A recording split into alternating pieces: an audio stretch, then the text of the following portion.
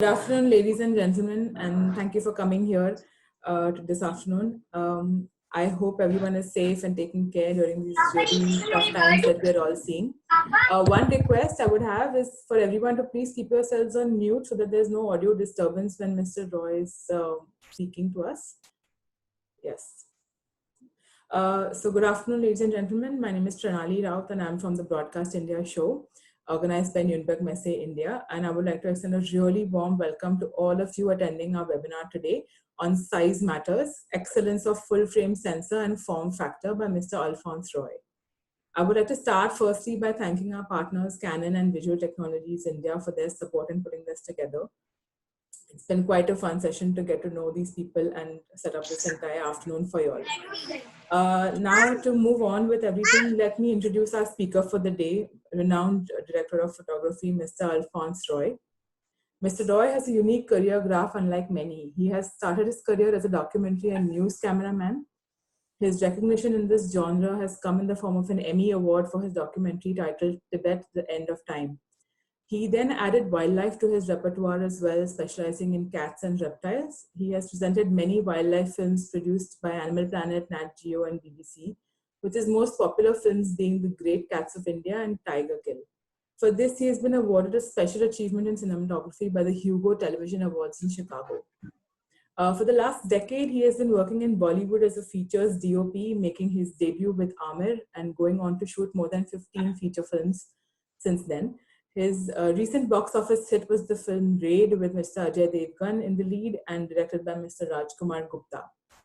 His latest Marathi film called My Ghat, directed by National Award-winning director Mr. Anant Mahadevan, has won him the Best Cinematography Award at the Singapore International Film Festival in 2019. So with My Ghat and another Marathi film titled Bittersweet, both have been shot on the large format Canon C700FF cameras. Before I hand over the screen to Mr. Roy, a few pointers for all of you. There are some videos that will be played during this session. So for optimized streaming and viewing, we would request all of you to refrain from using the other features of the Zoom platform when the videos are being played. Secondly, please keep yourselves on mute so that Mr. Alphonse Roy can be heard totally clearly. And we will be having a Q&A session at the end of this. So please leave your questions in the chat box. And yeah, Mr. Roy, the screen is yours. Over to you. Thanks, Pranali. Good evening, everybody. In the times of coronavirus and lockdown, technology has developed, we can still connect and still keep a social distancing. Talk about large format. It said large in reference to something. And in still cameras, it was always considered the full frame, which was the 36 by 24, what used to be, excuse me a minute, my pup has gotten stuck there. It's just, I will have to let him in. He can't understand a Zoom meeting. Excuse me a minute. Yeah.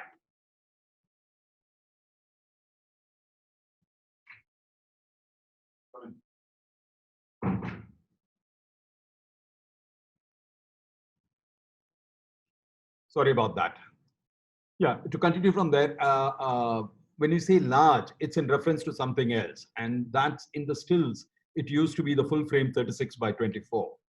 Then onwards, once we moved on to digital, we had the 36 by 24 standard format, and we also had the APS-C sensors and all other various factors, crop factors coming in and stuff. When it comes down to motion picture, it started with, we had the 35 millimeter 4 perf. By the time the DI came in, 3 perf became the standard. And from 3 perf, when sensors came up, matched up with the Super 35 sensor, what we call the 3 perf. So that's what happened. And now, recently, we moved on to the large format sensor. Let me just click on my PowerPoint.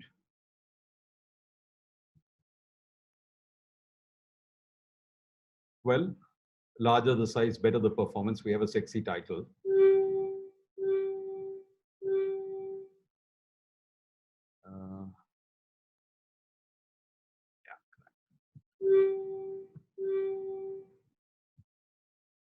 Yeah.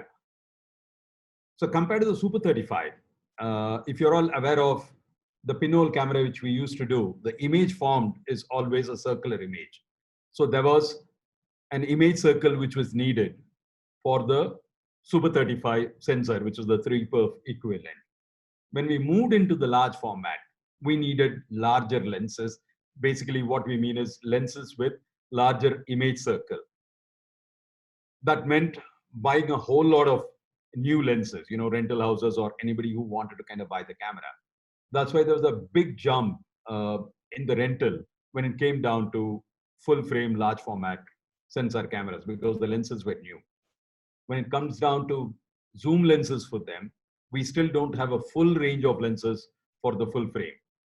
Still, very few zoom lenses have been made, and those available in India in the current film which I'm shooting, we were searching for a zoom lens. The only zoom lens we could find was a company in Delhi, Flamingo Films. They had the zoom, and that zoom was booked and we couldn't get a zoom. So we had to start shooting without the zoom lens. So that new is the technology we have moved into.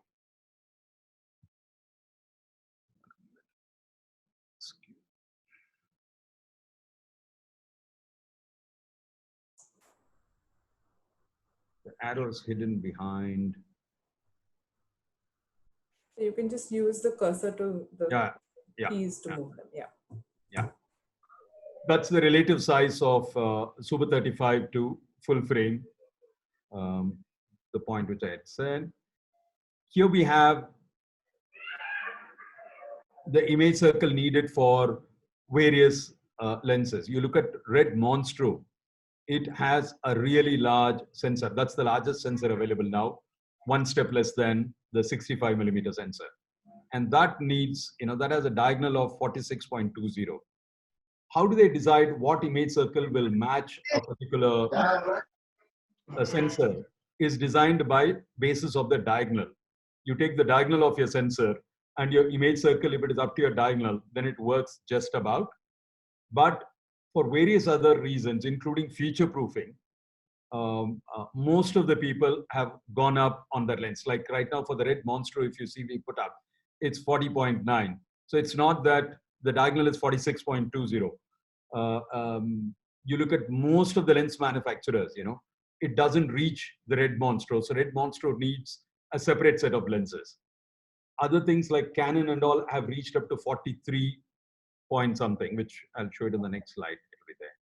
So that's about the need. That's one of the optical necessities when you move into full frame, the kind of image circle needed.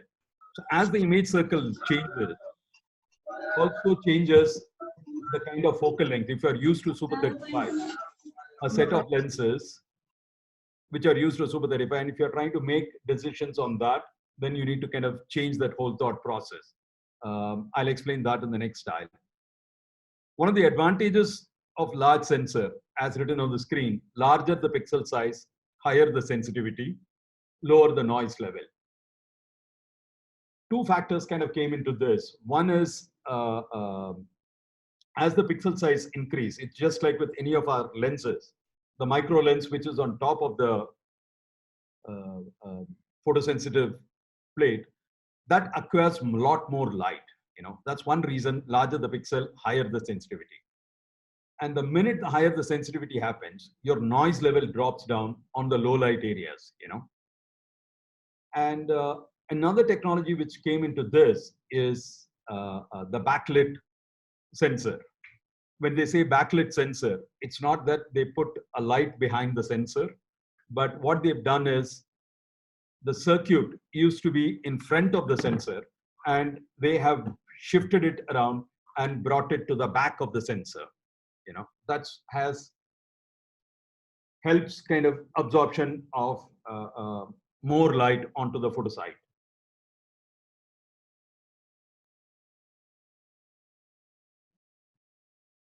One other thing with when we talk about image format and standardization of image format in large format sensors is we still have to reach standardization. Somebody's audio is not muted. I think one of the participants. We had a megapixel race in the still cameras, and it is now the megapixel race is hovering around, the highest is around 150 megapixel. The same thing when it comes down to digital motion picture cameras, even today the race is continuing, which is Red Monster going to 8K, Sony at 6K, Canon at 5.9K. As the sensor sizes are not stabilized, hence the image circle needed for each particular LF sensor is also not yet standardized. It varies from one manufacturer to another manufacturer. And to come back on the same topic as, the larger the megapixel, higher the sensitivity and lower the noise level, I will play a teaser of a Marathi film which I had recently done. It was directed by Anant Mahadevan, and it was a true story. It was true story of a Dalit woman who's kind of laundry woman, and her son, he kind of collects scrap around. One day before Gudi Padwa, he gets caught by the cops and he dies custodial death. And this lady struggles to fight for justice. She fought for justice and she won it. And the first time in the history of India, 2 policemen were given hanged to death. And so Anant Mahadevan loved the story. I loved the story. And so we said, let's jump in on that. So when we had to choose the camera for this, I realized that I needed the large format. And one of the factors was that larger the sensor, I get higher low light sensitivity and less noise level. Let me play the sensor. Give me a minute. I have to new share and okay.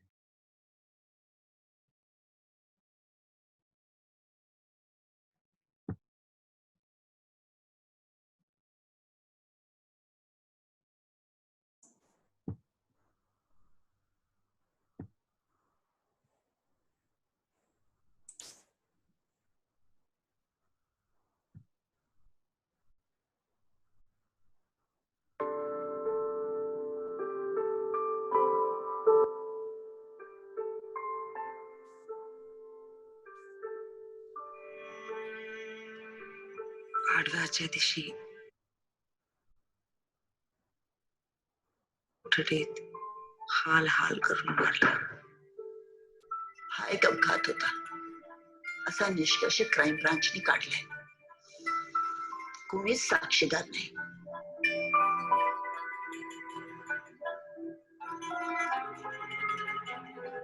ते विषय कसा आहे माहिती का, पोलीसवाले पण आपले जातभाई, माई पण आपलेच. कोणा एकाच त्या घटनेवर नियंत्रण राहत नाही. इथे ते एवढे लोक एकत्र आलेत फक्त 4200 रुपयासाठी. किती वर्ष केस लढणार आहेस? हे बघ, इथं आमच्या विरुद्ध एक बी कोणी शब्द काढणार नाही. आम्हाला फासावर सोडून तुला काय बी मिळणार नाही. झालं गेलं विसरून जा. का केलास तसं? जर का मी खरं सांगितलं तर आणखी फोन होती लागत. तू फक्त तुझाच विचार करतेस नाही, आणि बाकीच्यांकडनं खऱ्याची मागणी करतेस.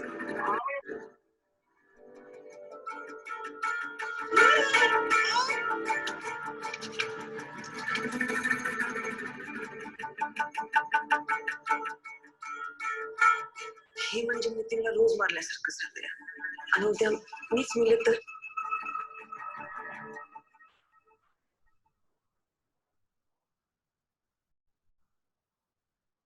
Okay, screen sharing has been stopped. So to go back to your presentation, just screen share again and share the presentation slide. Okay.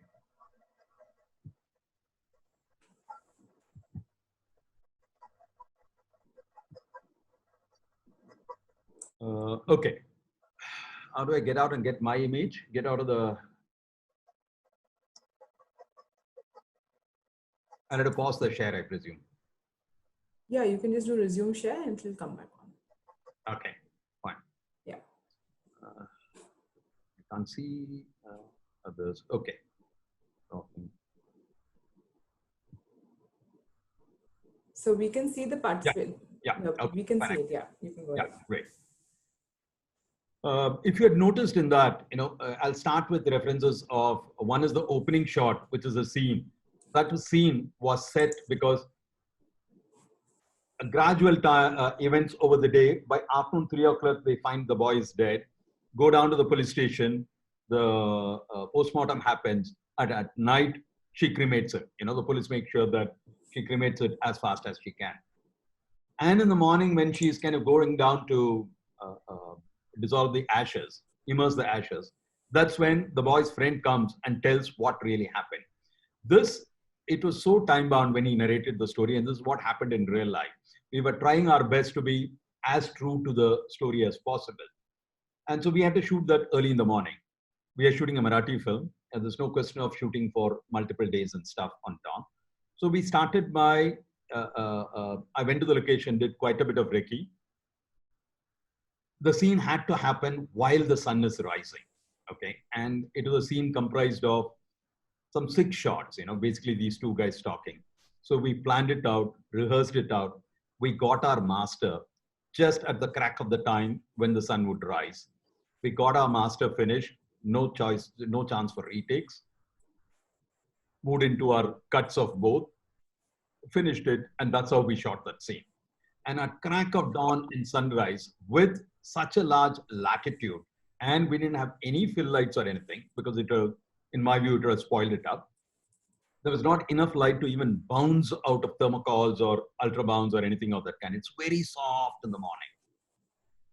We shot it, and we had chosen this camera, and this camera did very well, the Canon C700 full frame. And that's one place it clearly proved that the large sensor with the large pixel kind of was so much sensitive. And the beauty was a gradation in tones, in the colors and the tonal scales as they move over. It is so smooth and it passes through. I'd like to kind of just bring in another still image. Just give me a minute, please. I'm still learning how to operate Zoom. I got to go back and forth. You see, one another example is this image. This is a latest film after My God. I had shot for Anant Mahadevan again, another Marathi film, which was set in the sugarcane industry in Majalgaon. This was a conversation which was happening as per the script at the crack of dawn. So we had gone there with the idea that we will shoot it early in the morning as soon as the first light comes. But just out of extra care, we had kind of reached an hour early. And when we set up and the sky was dramatically turning around, this was a 5-shot scene, and suggested to the director, why not we shoot it as it is, the kind of content they were talking, which was relating towards freedom and that kind of a space where they were. And we shot the scene before sun could rise, Again, the kind of blacks, probably this is not the blacks what you're seeing. I had enough shadow detail where you can recognize the person very well. None of the highlight colors were lost. And so you can't see the image. You can't see the image? Can you see the image? No, No. sir, we can't see the image. Oh, sorry. No. Well, thanks for pointing it out. Can you now? Yes. Yes, sir. Sorry, thanks for pointing it out. I'm still learning Zoom. Sorry, sir, 1 second, if I can just disturb you. Can I please request all the attendees to please keep yourselves on mute so that we can hear Mr. Roy the best quality that we can. Thank you. And yes, Mr. Roy, you can go to switching to the screen now. Yeah. So this was again shot at dawn, and the kind of it's kind of beyond metering as well. The light is so low, but the kind of image we got was so good. When we went back to the DI table, we didn't have to kind of use a noise reduction, and neither did we have to work anything on it. We just said that my instruction to the DI colorist was, don't touch the blacks, just leave it as it is. I hate muddy blacks and grays. And so one of the things I do is I peg my exposure so well while shooting that's it. In a situation like this, we are nearly at kind of a full open. In fact, I want to, there is a big myth about large sensors and shallow depth of field. I have a focus puller who's very good, who always, when I tell him that, hey, I'm at 2.8, you think this is fine? You look at the monitor and say, I think if you want to go full open, you can go full open. 80% of the time, that is his answer. I'll talk about him. I'll come into that point later. So this is one image regarding low noise levels and very high light sensitivity. I'll just move on to another image to show you. This was the image which I was talking. This image was clicked by me after shooting the scene. I picked up the Canon R camera, and one advantage of shooting with the Canon C700 FF, because it's got E-mount lenses, and I would take the same lens and put it onto the Canon R still camera and click a still. And you know, my perspectives, everything matches. I also at times use it like a director's viewfinder, you know, because both the lenses can jump in and out on the E-mount. I think it's a very great thing, that a great advantage when you're shooting with Canon. This is a scene which I had to shoot early in the morning before she goes down to meet the CBI director, Suhasini Mulle and Usha Jadhav. Usha Jadhav decides to go have a bath and come back. You know, she's very comfortable with this guard. This is where she kind of washes her clothes regularly. It's like a second home to her. And early morning means nothing to her. She comes down and casually walks down at crack of dawn. And at first light, they start traveling, going towards the CBI director's place. So I had to communicate visually that. Again, went to the location, sat there for 3-4 days, observed the light at various levels, clicked stills. I couldn't carry my camera there. And finally, as you see, my camera is placed kind of somewhere in the middle of the river. So I had a lovely set of crew members who jumped up, my gaffer, my focus puller, my assistant. They kind of took the tripod, went inside there. I use a very heavy head. They fixed the head there. And I said, I want the lens just 1 inch above the water, you know. And so they managed to get that for me, and we set it up. And the only way, there is no way I could go have a monitor or anything of that kind. The only way I could judge anything, whether I will get what level of shadow details I'll get, is this what I want? Has the time right? I didn't want the highlights to kind of bleach out and look like a dawn. It had to look like a pre-dawn. I went down. My only way to check was the viewfinder. That's another very good aspect of the modern, most of the full frame cameras which are there, be it Venice, be it Alexa or Canon, have very good viewfinder. And here the Canon viewfinder was so good. It was as good as a monitor. Made a judgment, turned around and told Usha, time to just walk down. And she had to kind of walk down. She had to step through rocks which have sharp, jagged edges. Nothing she could see. My camera sensitivity was much higher than the human eye, normal eye. And she just walked in, you know, taking the risk, and she just walked in and she did it. Unfortunately, I'm not able to show the video to you. My hard disks are all stuck in Bombay. My director, Anand, tried his best to kind of give us the footage so that we can use it. But unfortunately, restriction of people traveling, we just couldn't do it. I'll show you the next image. She's there. She goes, dips into the water. She comes out. The camera doesn't move at all. Then we cut into a close. We put on 135. This has been shot in full open. Hats off to my focus puller. And the next shot, if you see the shot when the film comes out, you'll realize it has got the exact amount of shadow detail where you can recognize her, and the tonal gradation, the various blues you see. I can see kind of, you know, 8 to 9 varieties of blue if you go into this. That smooth tonal gradation happens because of the large pixel size, because of the large format. And again, this one has not been put through noise reduction or anything. Another example to suggest the tonal gradation you get through when you have a large format. When we shot the shot, we didn't realize. We just saw like this and we said, okay, we got the take. That's it, over, we move on. Immediately after this, she had to change it to costume. We had to do the sunrise scene. Marathi film, we don't have the luxury of anything else. So when we finished this and we went back to the DI room, and when we played this footage, that's when we realized that there was mist rising and moving towards the camera. You know, that level of subtle tonal gradation which came out, I don't think it would have come with the old school sensors.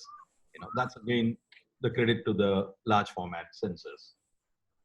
So I think I've convinced you enough about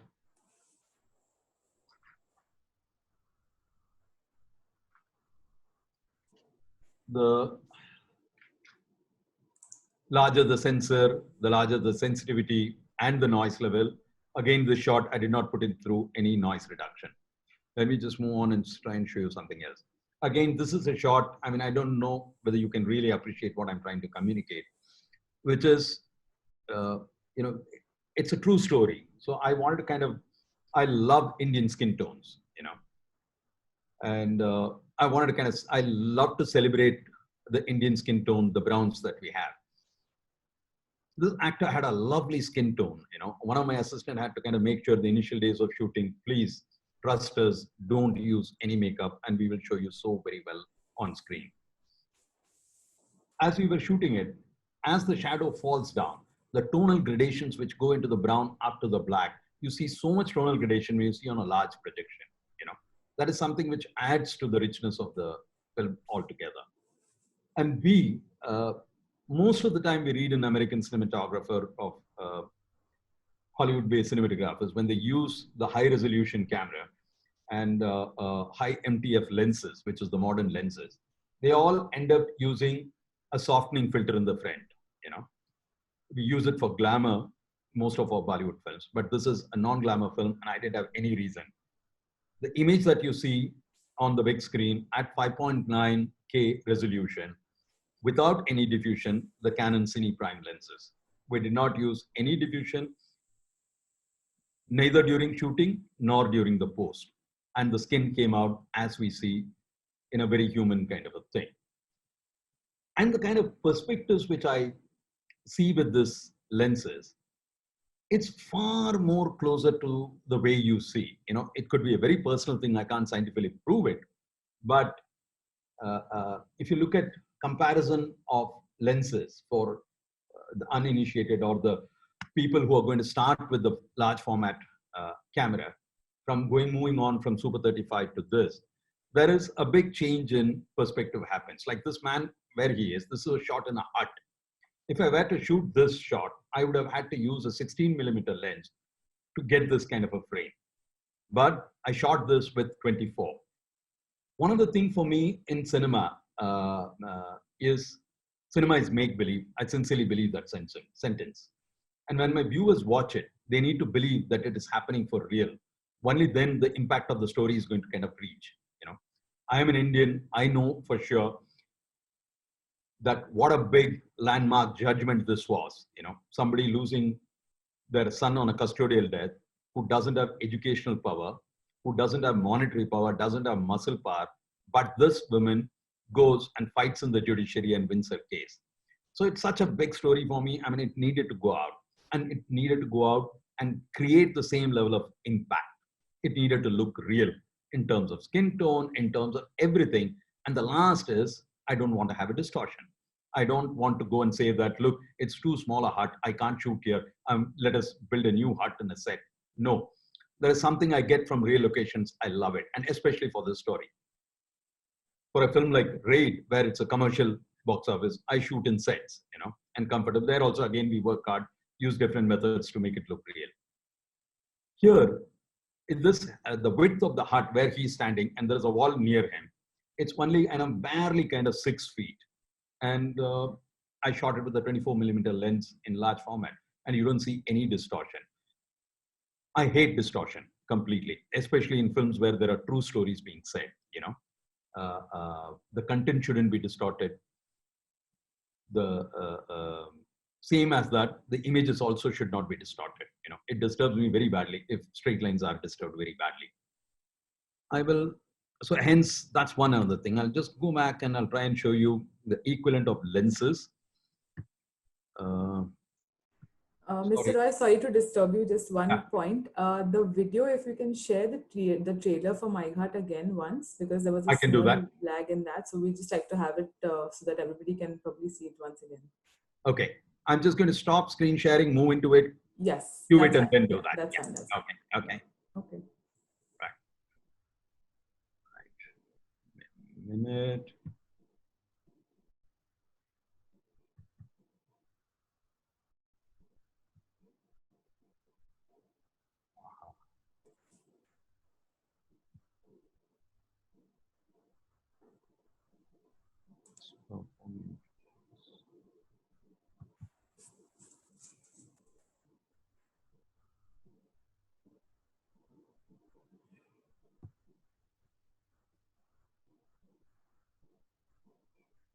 There it's ready. Okay, I Yeah, if start. you can just switch the window. Yeah. Yeah. You are screen sharing it, say. Yeah. So we can't see the You can't see it? no. Give me a minute. A slide. Yeah. आडव्याच्या दिवशी माझ्या एकुलत्या एका पोराला police कोठडीत हाल हाल करून मारला. हा एक अपघात होता असा निष्कर्ष क्राईम ब्रांचने काढलाय. कोणीच साक्षीदार नाही.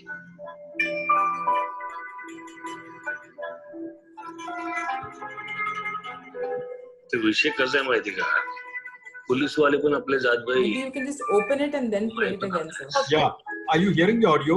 पुन्हा एकाच The audio is fine. It's just the video is not connected. Coming in. Yes. It's not on. Just give me a minute. 1 second. रुपयासाठी किती वर्ष केस लढणार आहेस? बघ इथं आमच्या विरुद्ध एक बी कोणी शब्द काढणार नाही.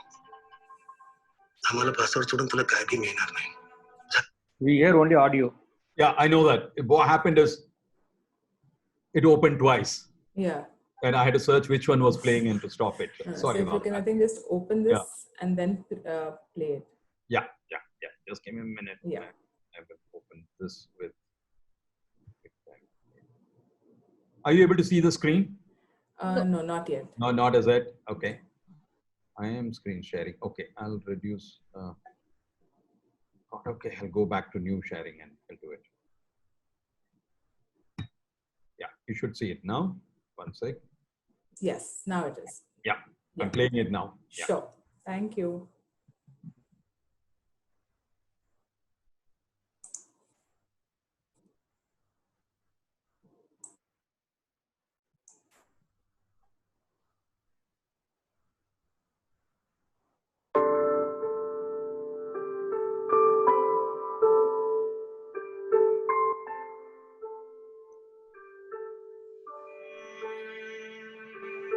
आडव्याच्या दिवशी माझ्या एकुलत्या एका पोराला पोलीस कोठडीत हाल हाल करून मारला.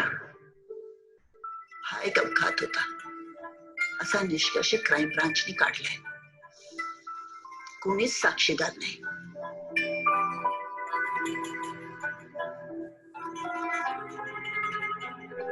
ते विषय कसा आहे माहिती का, पोलीसवाले पण आपले जातभाई, माई पण आपलेच. कुणा एकाच त्या घटनेवर नियंत्रण राहत नाही. इथे तर एवढे लोक एकत्र आलेत फक्त 4200 रुपयासाठी. किती वर्ष केस लढणार आहेस? हे बघ इथं आमच्या विरुद्ध एक बी कोणी शब्द काढणार नाही. आम्हाला पासवर्ड सोडून तुला काय बी मिळणार नाही. झालं गेलं विसरून जा. का केलास तसं? जर का मी खरं सांगितलं तर आणखी फोन होती लागत. तू फक्त तुझाच विचार करतेस नाही आणि बाकीच्यांकडनं खऱ्याची मागणी करतेस.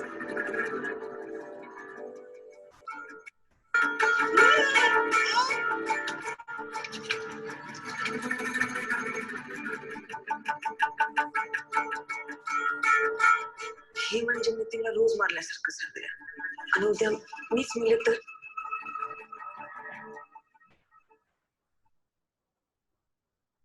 Yeah, Yes, sir. I think we can. that was go good. ahead. Yeah. Okay. Thank you. What should I do to get back? I think I should just stop screen sharing Yeah. to start with. Great. That how do I put it? I mean, it's opens up, this large format opens up new options and windows for me to shoot scenes and bring in the moods of daylight in a much, much, much better way. There is another scene in this film. Unfortunately, I don't have any reference images to show you. It's this lady keeps waiting because this boy, he is the only witness to that crime which happened at the police station. He refuses to come to the court and say the truth, and she wants to convince him. And he is scared the cops will kill him. And so he hides away and he comes very late evening, stays in a different place altogether and comes home. So she's waiting for months on end on this bus stop every evening till the evening buses come. And one evening after sunset, She notices a bus comes and she notices him, walks down, catches him, and has a conversation. Once Anand said that this is what happened, and we said, okay, we'll get it done. The only request we had is, let's block the scenes from 3 o'clock. We blocked, the actors were all prepared, told the actors, this is what we are trying to shoot. We are trying to shoot this 45 minutes after sunset. And they said, fine. So, but I have a very short window to shoot this whole scene. And the quality of light changes completely, after sunset. It's not just another cloudy day light. There is a side which is facing the sunset sky, which has a beautiful warm light which falls on the subject. And the sky at the background goes into a much deeper blue. And to show that as a twilight, where the boy's angle, at the back, the lights in his house are lit, and you can see that it's a hardcore twilight, And we again did it with this Canon, C700 FF. And we got this, it's just, we had to get 5 shots, we finished that, and we got 1 extra shot as well, and within the short duration of time. And we went back and we didn't do anything to it on the DI. They come out just as it is, as shot. My color temperature, I sort out while I'm shooting itself. I use a CT meter all the time because I'm so scared of noise. Any kind of manipulation, and if I were to try and do with my images, I would end up having noise, and I hate noise. I love blacks and I hate muddy blacks. So, in order to work with all this kind of stuff, the full frame kind of gives me a great satisfaction to kind of move towards that. Coming down to, I have a couple of more still images to show you all. I'm just going to go into my PowerPoint presentation, go into screen share. Bear with me a minute. I'm still learning all this stuff. Big time for you.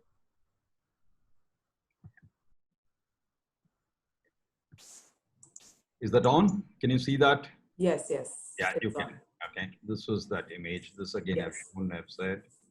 What else do I have in that? That's it. I think I've covered most of the points. Now, I just want to go into one technical stuff, which is, hang on a minute. This is what I said for the beginners, who are just going to jump into the large frame sensors.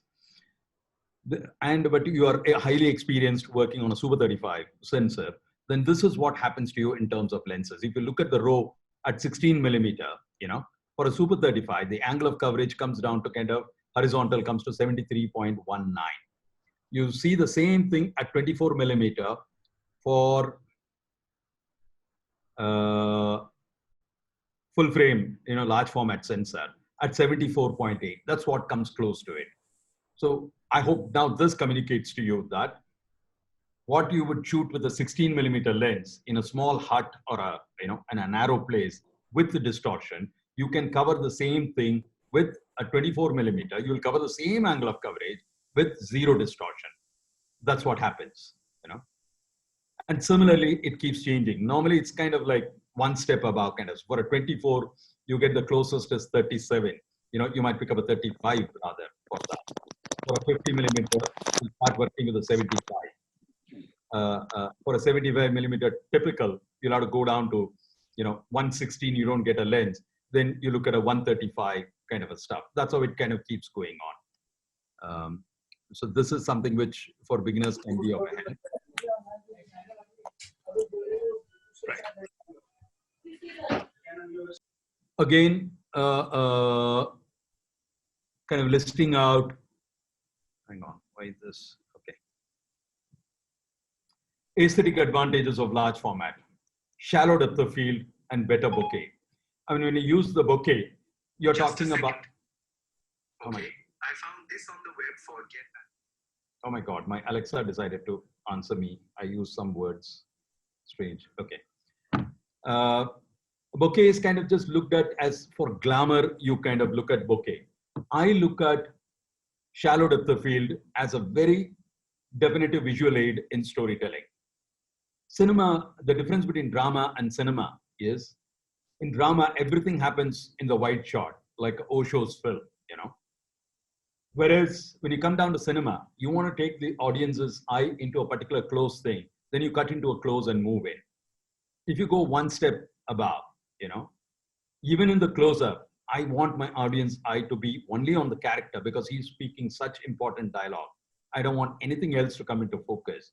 You know, that is the way I can make an effective storytelling. Then I decide to go for shallow depth of field. And one of the big things with shallow depth of field, not only myself, there is a lot of other cinematographers I see, they all get into this whole shallow depth of field in a big way. Like my current film, which I'm shooting, I have decided that I'm not going to shoot anything more than 2.8. And I have this wonderful focus puller who does this great job for me. I'll come back into that. Low level of noise in the shadows and blacks, better blacks, I've spoken about it. Much higher tonal range, much smoother and gradual tonal flow. From a darker brown to the lower brown, you saw that shot. When you watch it on a big screen, you would appreciate that. Now, there are various sensors of different kind of sizes, okay? How do you judge which sensor is going to give me the lowest kind of a noise? So we did a homework to kind of just pull up a chart, and we worked on the pixel density, you know. The one with the lowest pixel density gives us the much better low light sensitivity and much better signal to noise ratio. So, you know, that's the stuff. And in practice, I have worked with Canon full frame C700, and I've shown you all those results. They're all from that. The current film, I'm shooting it with Venice, and I know for sure it will be good. I've heard very good reports about it. Before I could check the results, I had the lockdown, I had to come out. So, and you look at the image circle needed, you know, you see the last column on the right, you realize at the bottommost, you see Super 35 sensors, you needed only 32 to 35 millimeter. But whereas here you need a bottom line anywhere around 39 to 40, or, you know, if you go down to Red Monstro, you need up to 44. So which is one of the reasons where we can't pick up any of the old lenses or ultra primes and old super speeds and stuff and then put them on to the full frame lens, you know. So that's one of the stuff. And great, let's move on this.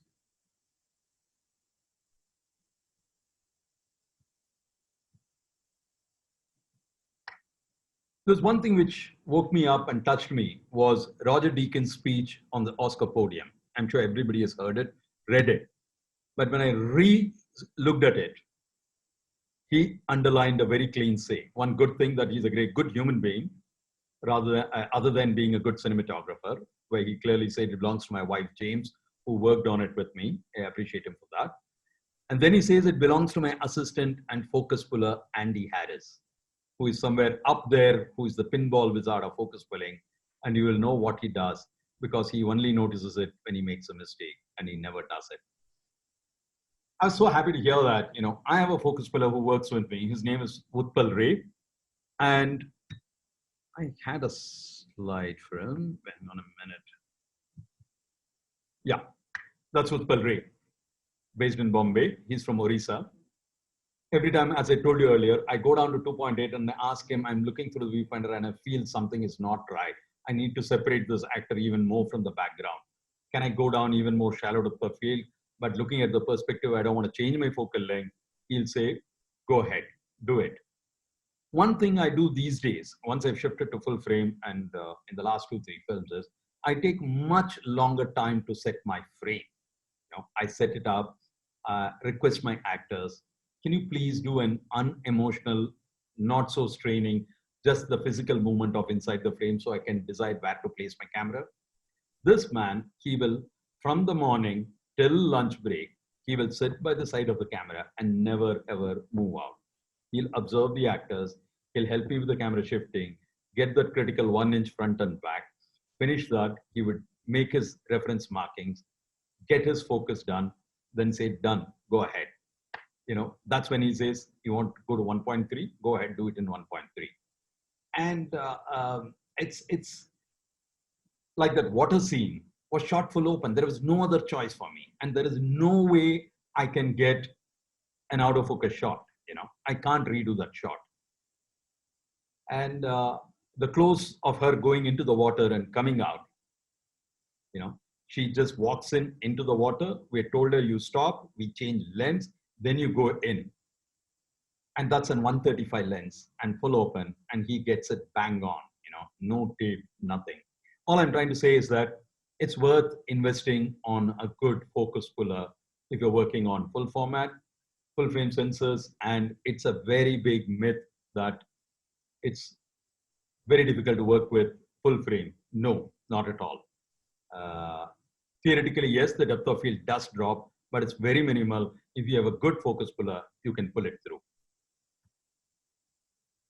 This is again, I had to shoot something in a tractor, traveling, moving tractor. And we didn't want to have distortion again because of the story where she is traveling down from her village to kind of work in this sugarcane field. I use the app on my mobile and click it. And, this is the 24. I don't have any other visual, so I'm just showing this, So we shot this again with 24. But this particular situation gave me a very, very, very big challenge, which we finally figured out a solution later. We had the C700, and I knew the tractors are going to be really rickety and shaking, and these are village roads. So we brought in a Steadicam operator. We put him on a Steadicam operator. We made a seat, locked it to the tractor, put the camera on, and it completely failed. It was just not working the way we wanted it. Finally, we had to kind of pull it open. Our rigging guy had to put the vibration isolator and put it on. And then we got an acceptable level of shot. The same thing, if I had had a smaller camera, I could have put it on a gimbal, and then taken it up. But while I was filming this film, at the time, there weren't large format, small cameras, Like, as you all know, the Alexa Mini was made for Roger Deakins, the prototype, for 1917. Thanks to him that we have an Alexa Mini. I don't think a film like 1917 could have worked unless the camera was so small, where the morphology, the form factor of the camera matters a lot. In such a situation today, if I were to kind of work with Canon, I would jump into the Canon C500 Mark II, which has a full frame sensor, and I can do the same job with a gimbal. An earlier gimbal was kind of a very stylized moving shot if you had to take. But today, gimbal has become very much part of the visual narrative tool of a cinematographer. And so I think if that happens, I don't see any reason why we need to. That's the Canon C500 Mark II. The ergonomics of it, so it gives you a full frame camera which can throw it on the gimbal and go forward, walk, do whatever you want to do. You want to do a handheld, you can do that. Now, as you're all aware that I'm from a wildlife background, I've got an upcoming wildlife film which is coming up. I'm very keen to kind of shoot it on a full frame, and my whole panoramas, everything will work in a very beautiful way on a full frame. And so that's where we stand. And move on to one another good news. This is a shoot happening in Uruguay. Post-corona, you see people are all dressed up with PPE. And so this is their group photograph at the end of the shoot. I thought at the end of the speech, I want to kind of give it some kind of a good news and what's happening in India. Shooting has begun in Bengaluru. We all can go back to work. The bad time is over. Great. Pranali, anybody wants questions? I'm open to questions. Thank you so much, Mr. Roy. That was an incredibly informative session. We're going to take some questions now from the audience. But before that, I would like to introduce Mr. Manoj Madhavan. He is the editor of Broadcast and Film, which is the official online publication for the Broadcast India show. And he will be moderating this session just to make sure that all the questions are answered and we have some good, interesting conversation up ahead. Manoj? Yeah, thank you, Pranali. Fantastic presentation, Mr. Roy. It was really a very informative session. So I have a few questions which I would like to address to you. I've been just watching your career graph. You started off as a cameraman, then shot documentaries to wildlife and feature films. So please tell us, what are the critical factors that need to be considered when you shoot for a wildlife and a feature film? Well, my career graph set the base and the way I kind of evolved into it. documentaries and wildlife. I studied in a film school where they showed me Tarkovsky to all kind of Satyajit Ray to all kind of great films. So where I became a good student of cinema, but my heart was in wildlife. The way to enter into wildlife was to get into documentaries and then move on. And that's how I kind of started. And in my days, we were shooting on film in wildlife. So you're standing there, you have nothing in your control. You know, the animal will move from shadow to darkness to anywhere. And you are breaking 80% of your brain to figure out what behavior is happening. Is it worth rolling? The large decision making of when to start the camera and when to cut it. So you have only 10 minutes in your magazine and X amount of battery and whatever stuff. And I am a great student of, fan and a student of Ansel Adams' zone system.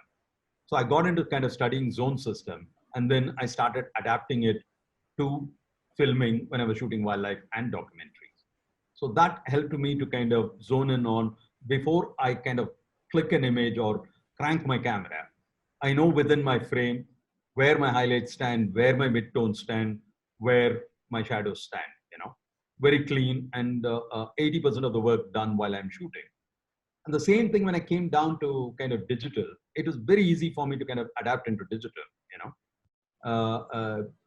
Right at the beginning, like when I shot with the third camera body, which had come out from Red, I had to shoot a feature film in New Jersey. Went down, we shot it. It was a shot of a red Plymouth kind of going into a parking lot. We started with a 135 lens, panning with it.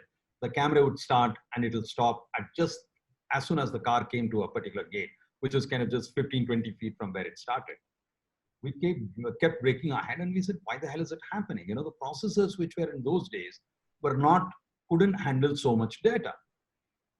And so then we changed the lens, you know, from 135, we came down to 50 lens, and then it would allow the car to travel even more. And finally, we came down to 16 and changed the camera angle. Only then we could get the shot of the whole car going in. So it's basically kind of because of being into photochemistry and also constantly making an attempt to hit at a cutting edge of technology. You had to become a half an engineer to understand digital.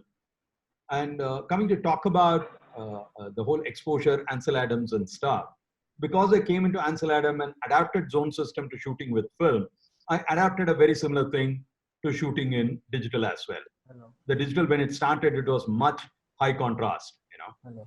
Hello. It was like kind of shooting on Ektachrome film. And I have shot with Ektachrome and very comfortable shooting on transparency, you know, those days. It's unlike digital. Those days, unless you had a command over the system, you couldn't shoot transparencies. I hope, Manoj, that answers the question.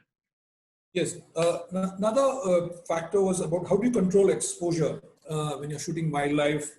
It's totally uncontrolled, and when you're shooting feature films, you're doing it under controlled conditions. Please, if you could elucidate on that. Yeah. Again, going on it, I'll put it in a nutshell as much as I can. While shooting film, I kind of always, there was what is in control and what is not in control. When I'm shooting wildlife, nothing is in my control, you know, the whole tonal range. And so I decide and I compose within the tonal range what is capable by the film. And I used to use a reflected spot meter. And there is something called pegging the highlight. So I used to peg my highlight and leave the shadows to fall in. As much as it would fall in, that would get recorded. And then I used to check whether there is a bit of a visibility. You know, if my tiger is walking into the shade, will the tiger be seen or will it be a pitch black, the background and the tiger, will it get merged? I would check it, and because I knew the zones, I knew there is a separation, I would happily follow a tiger walking from highlight into the shadow. You know, that was kind of a stuff which happened. And in film, we always kind of raised the shadow, even in a situation which didn't have the full tonal range, which was a bright highlight white, snow white, or a sandy beach to a shadow under the tree. If you didn't have that, you had a cloudy day, which was well minimal in terms of zones. What do? You know, even then I used to click shoot for highlights, because when I lifted with a shot with raising my shadows, when I went back and kind of printed it down, I reproduced much better black. The minute I moved into digital, I tried doing the same. But once you went into digital, the latitude was quite big, you know, and things got pushed up quite a bit. And when I went into the DI room, there was somebody else making a decision, parallelly along with me. And that's the DI colorist. And he has a fear of the blacks. Most cinematographers have a fear of the blacks, everybody wants to kind of play it safe, kind of lift it up. Whereas I was a character who always believed it's good blacks which made the good picture. The blacks needed to be pegged right. So when I went into DI, and my colorist was kind of influenced me in a very big way, lifting the shadows. I said, no, I need to kind of reverse this. Then I got back into kind of working with pinpoint, locking the exposure while I'm shooting itself. I lock it in and I say, this is it. I go to the DI colorist and I say, don't lift my blacks, don't touch my blacks. And 90% of the time, my color is also not touched, So all they do is they put the LUT. But another thing which I've developed of late is I develop a LUT before I shoot. I don't go by the Rec 709. I'm very clearly understood the Rec 709 is for television. I was shooting for big screen. So if at all, if I'm shooting for an OTT platform, then I shoot Rec 2020. Does that answer your question, Manoj? Yeah, I think we've covered that. There's one question from one of the delegates. Yeah, somebody was... Please go ahead. Yeah. Yeah, so what color temperature did you use for the twilight scene, and which filter did you use for the evening sunset shot of the movie which you showed? Oh, okay, great. For the morning river where she walks into the river, I just kept it at 3,200, And there is the whole theory about why the sky is blue and why moonlight is being treated by artists throughout blue. There is a scientific explanation to it, If you guys go on YouTube and look at a physicist called Walter Lewin, I repeat, Walter Lewin, and he talks about this, and there is a YouTube on it. If you see it, it's superb. There is a scientific reason why things go blue. So once I got that, then I said, okay, this is the level of blue I want. But B, I can't go on any new basis because I'm talking about after 150 years of cinema, of which probably 70 or 80 years of color cinema, where audience have been trained into looking at moonlight as blue. Now I can't say that moonlight is purple. So we continue to do that. So I just kept it at 3,200, nothing else. When it came down to shooting the morning sunrise scene, what I did was we set the actor just before the take. We took the color temperature of the shadow, okay?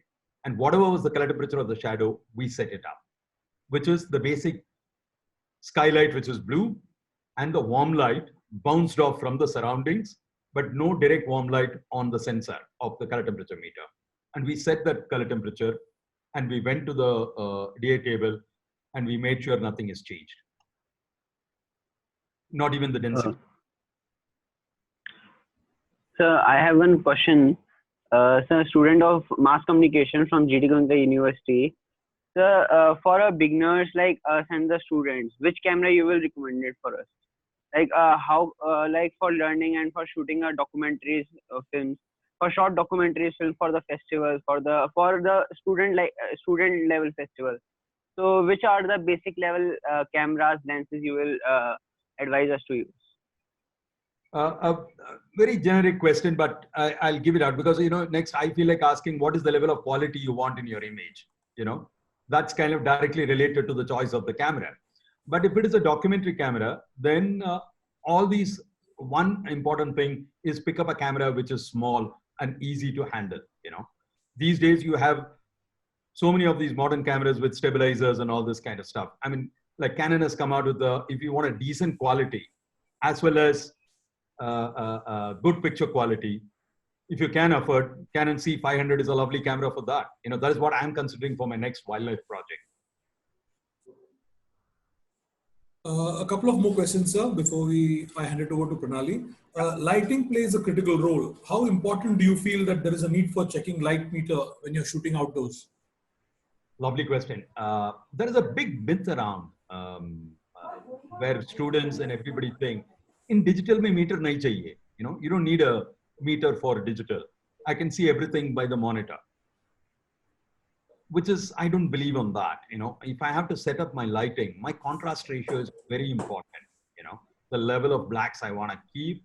I don't want my fill light to create a secondary shadow.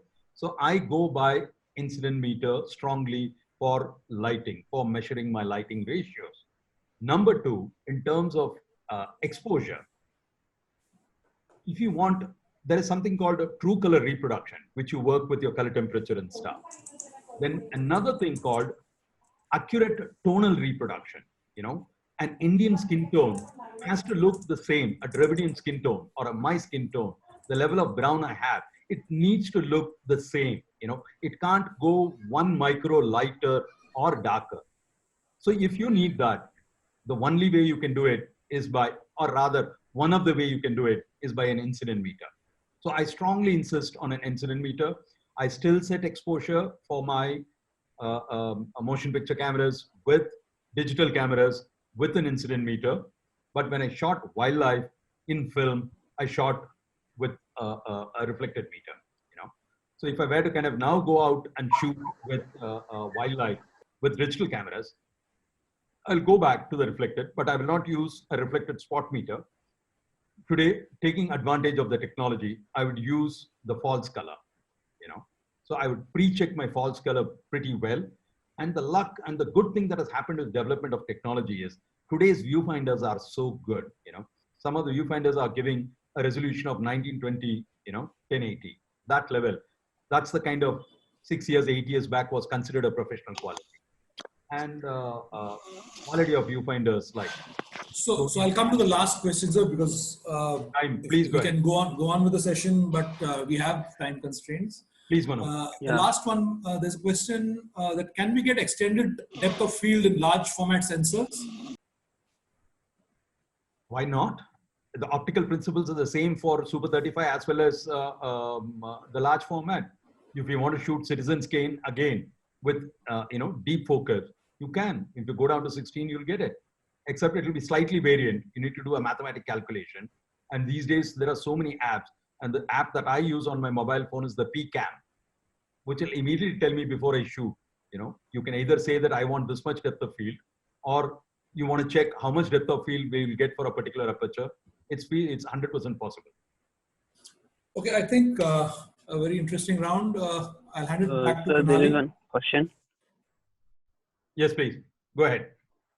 Yeah, sir. So how do you see cinematography in next 15 to 10 years in cinema? Okay. Talking about future of cinema, in my viewpoint, I think in a very couple of years, one of the big change which will happen is the HDR in OTT. Okay. So in OLED television, today you go and watch a program which is shot in HDR, you're going to see far better blacks and far better whites. Whites will be white and blacks will be black, That is the kind of stuff. So is it going to get restricted to television alone, this high dynamic range quality? No. In the Lost Broadcast India, Sony had displayed a beautiful video wall, an LED wall built up, a very low pitch, I forget what it is. I think that is what will shift into cinema halls. Projectors will become obsolete and you will have low pitch, high resolution LED walls, which will produce HDR, highest end range possible. I've always struggled hard from film to digital till today that you can't produce good blacks. Nobody can produce good blacks because two reasons. One is even at zero current, your projector bulb is on. That means there is no zero black. So the future is going to go HDR. Future is going to go LED wall in cinema halls and OLED television. That's it. My answer is done.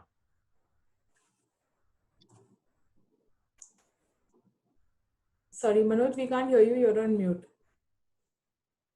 Sorry. I said I'll hand it back to you, Pranali. Thank you very much, Mr. Roy, for this interesting Q&A session. Thank you, everybody. Thanks for participating. Thanks for making the show good. All right. Thank you so much, guys. Mr. Sridhar, Mr. Yash Agarwal, if you have any questions, please feel free to keep the chat, put it up on the chat box. We will definitely get them answered by Mr. Roy via email. Unfortunately, we have to wrap this up because of the time constraint. But thank you so much, Mr. Roy and Manoj. That was a really interesting session, and I think some really good knowledge sharing that happened. I hope all of you guys enjoyed it who are with us today. To end things this afternoon, we at the Broadcast India show would once again like to thank our partners, Canon and Visual Technologies India. They have been an incredible support to us and have been regular participants at the Broadcast India show and have a very big hand in making the show the success that it is today. Yeah, thank you all for logging in today. Please follow us on all our social media handles, which I'll be putting up on the screen shortly. And stay tuned for more information on forthcoming webinars. Stay safe, take care, and thank you so much and have a really good evening.